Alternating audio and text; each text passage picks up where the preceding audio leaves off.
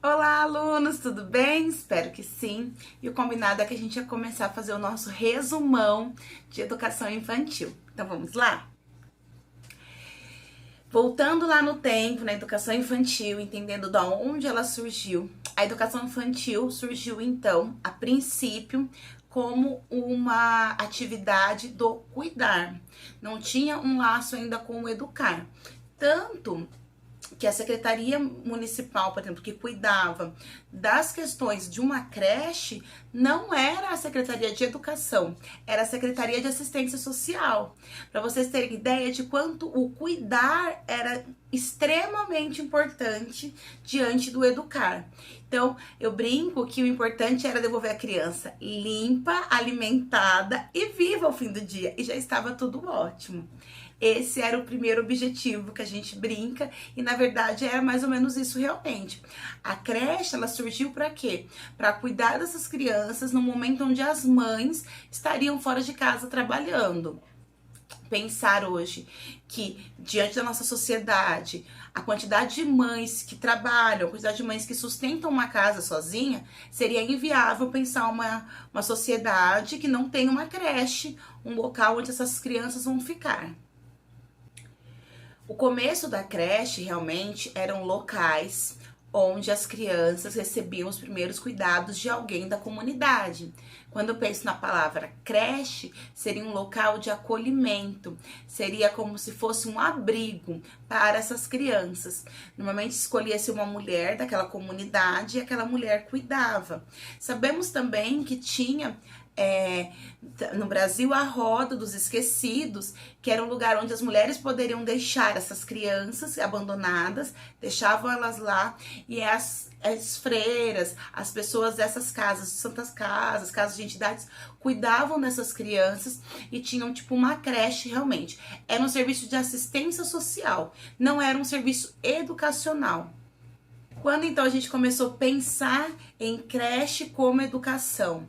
Pensar em creche como educação veio lá a partir da LDB, quando as pessoas começaram a entender que a primeira infância era muito importante. A gente não tinha essa valorização da infância.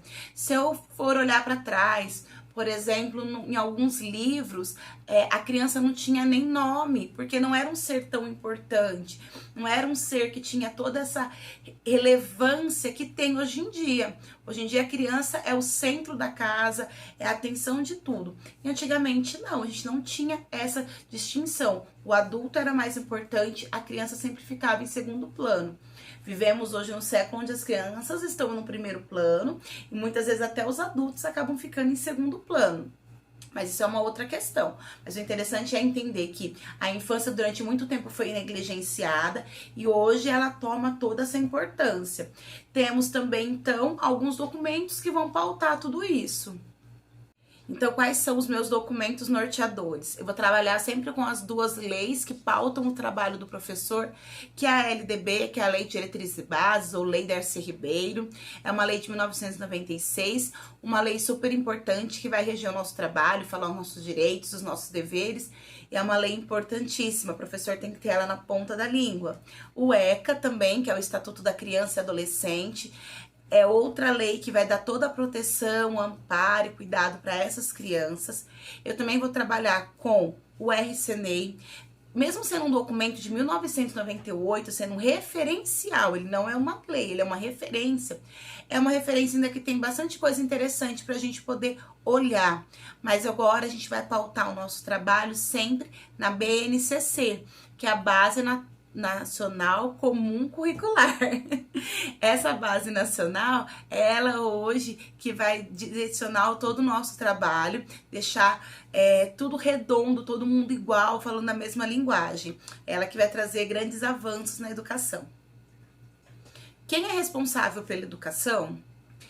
Essa é uma pergunta que sempre cai em provas, cai em concurso. Quem é responsável pela educação? A educação infantil, que a gente chama de creches e pré-escolas, é de responsabilidade dos municípios. Então, o município tem o dever de fornecer essas vagas para a educação infantil.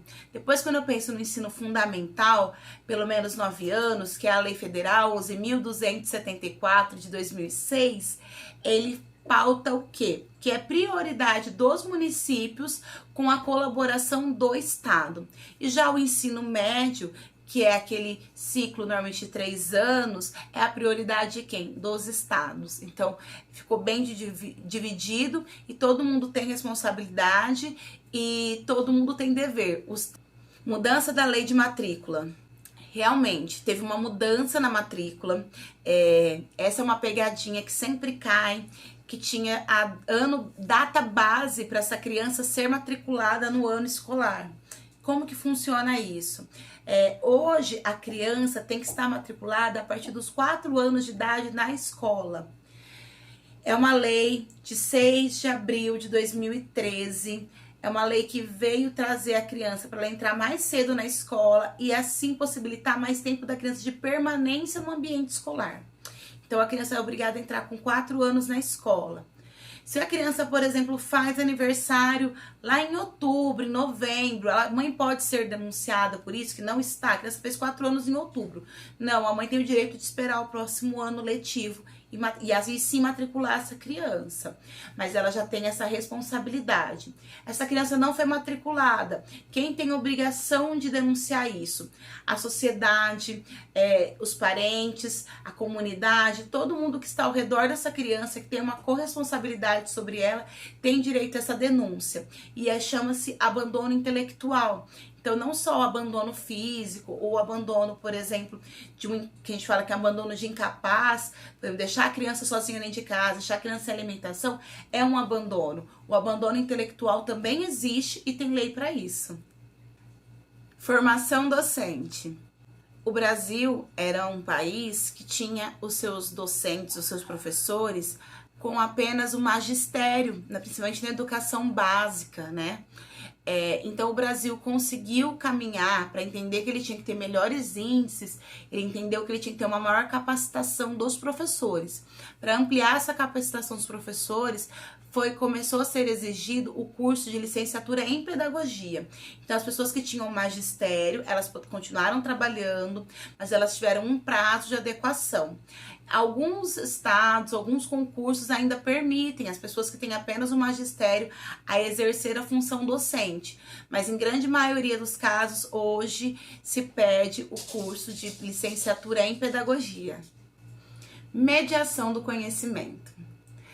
O professor, ele é mediador do conhecimento. Quando o professor consegue compreender isso, principalmente quando a gente ainda está na nossa fase de formação docente, a gente entende que o conhecimento, ele existe, gente. O conhecimento tá aí, o conhecimento tá aqui, qualquer um pode ter acesso. Hoje, qualquer um consegue fazer uma pesquisa no Google e descobrir qualquer coisa. Então, qual que é a função do professor? O professor, ele é mediador do conhecimento, ele é facilitador. É a gente, enquanto professor, que vai conseguir achar o melhor modo de pegar esse conhecimento e levar até o aluno. É essa a nossa função. A criança que a gente vai estar lidando na sala de aula, a gente tem sempre que estar lembrando que ele é um sujeito social, ele é um sujeito histórico, ele é um sujeito biológico, ele é um sujeito que faz parte de uma família. Então, tudo isso entra dentro de um contexto de quando eu vou entender essa minha criança. Ele é um ser único, ele é um ser individual, um ser que traz consigo todas as suas características que são próprias, que são dele, e ele também consegue, dentro de tudo isso, expressar a sua personalidade. Então, enquanto docente, enquanto professor, a gente tem que entender a singularidade da criança.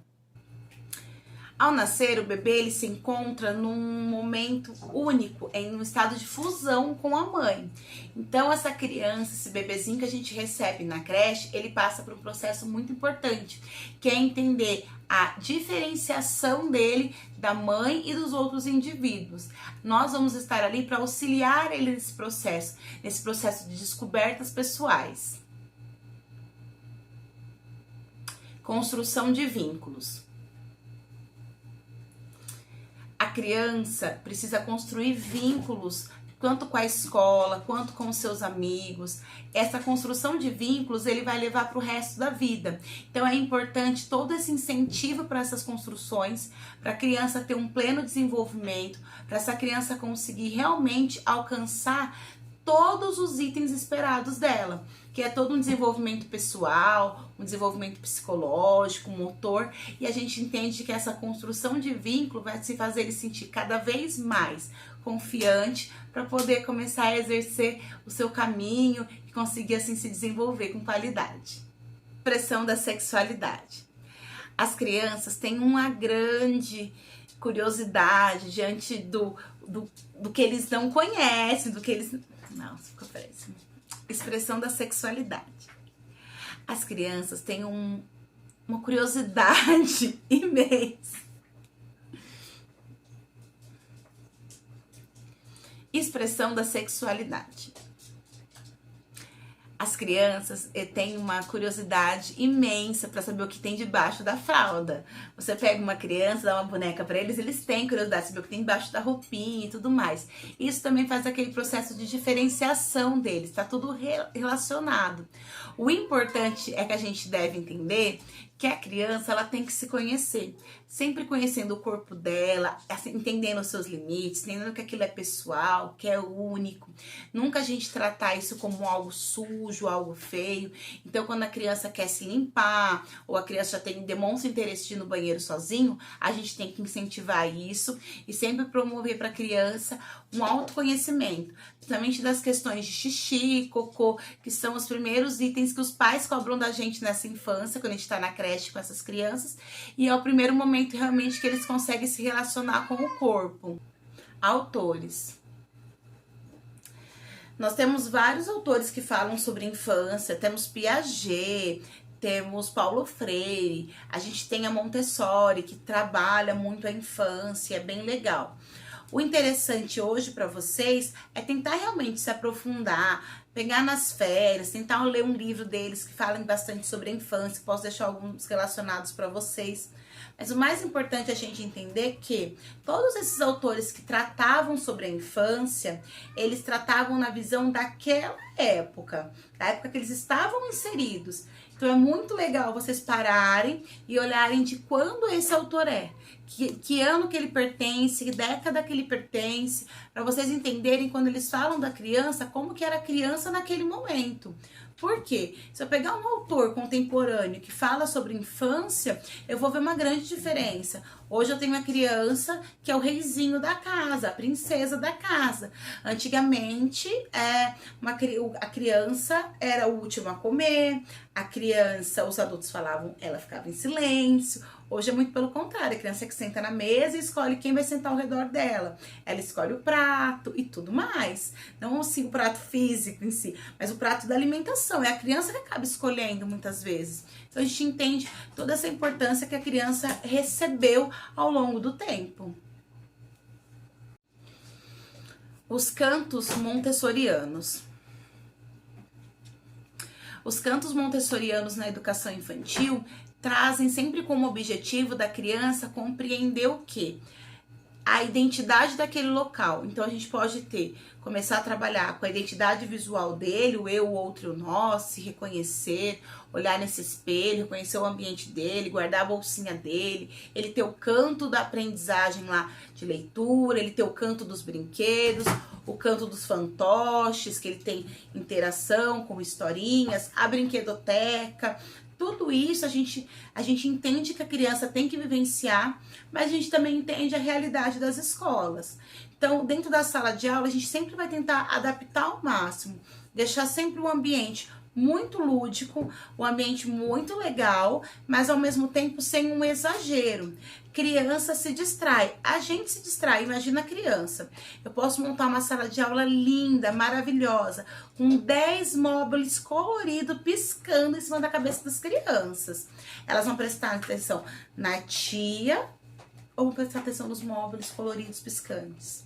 Então, quando a gente vai montar esses cantos, a gente tem que ter um pouquinho de bom senso, analisar bem e projetar aquilo vai ser um ambiente acolhedor, não um ambiente que vai ser muito estimulante, que vai roubar a atenção da criança. Os conteúdos da educação infantil hoje, a partir da Base Nacional Curricular, ela trabalha os campos de aprendizagem, as experiências dessa criança e também tem os direitos dela. Hoje foi muito atualizado todos esses documentos e é importante entender que a gente tem que passar por todos eles. A criança vai trabalhar com arte, com música, com matemática, com linguagens. Tudo isso faz parte, expressão corporal, conhecimento do outro, tudo isso faz parte da educação infantil e as crianças aproveitam muito se a gente souber fazer um bom direcionamento do nosso trabalho. De onde surgiu a palavra creche?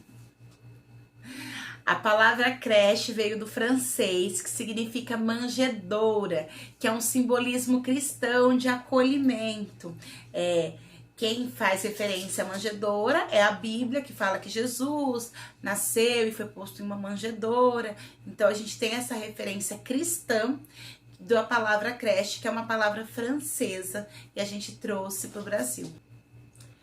Então, a gente trouxe esse termo, creche, do francês, mas também a gente tem uma influência italiana, que lá a gente tinha o quê? Que se chamava asilos Nilo, que eram asilos, lugares de abrigo para crianças. Então, essas concepções de termos, a gente acabou ficando usando com o termo creche. A gente não usa asilos infantis. A gente usou só asilo realmente para os idosos e para as crianças a gente usa o termo creche. O ambiente escolar infantil, ele também está sujeito a alguns acidentes. É impossível a gente imaginar uma creche um ano inteiro sem um rosto, sem um machucado, sem alguém que caiu e se arranhou. O importante é sempre a gente ter, junto com a direção da escola, um cadastro desses pais muito atualizado, para qualquer emergência a gente poder ligar e conseguir falar com eles com facilidade. E o mais importante é sempre comunicar os pais. O filho fez um arranhado, escreve na agenda, comunica. Pai comunicado não é pai revoltado no outro dia na porta da escola. Então, assim, sempre que a gente acontece qualquer coisa, mesmo que seja você olhe e você entende que aquilo é uma gravidade muito leve. Ai, esse mar é um arranhão. A gente anota. O pai Nossa! O pai entregou a criança ali inteiro, né? Então, se eu devolvo a criança com um arranhão, com uma mordida, eu tenho que anotar.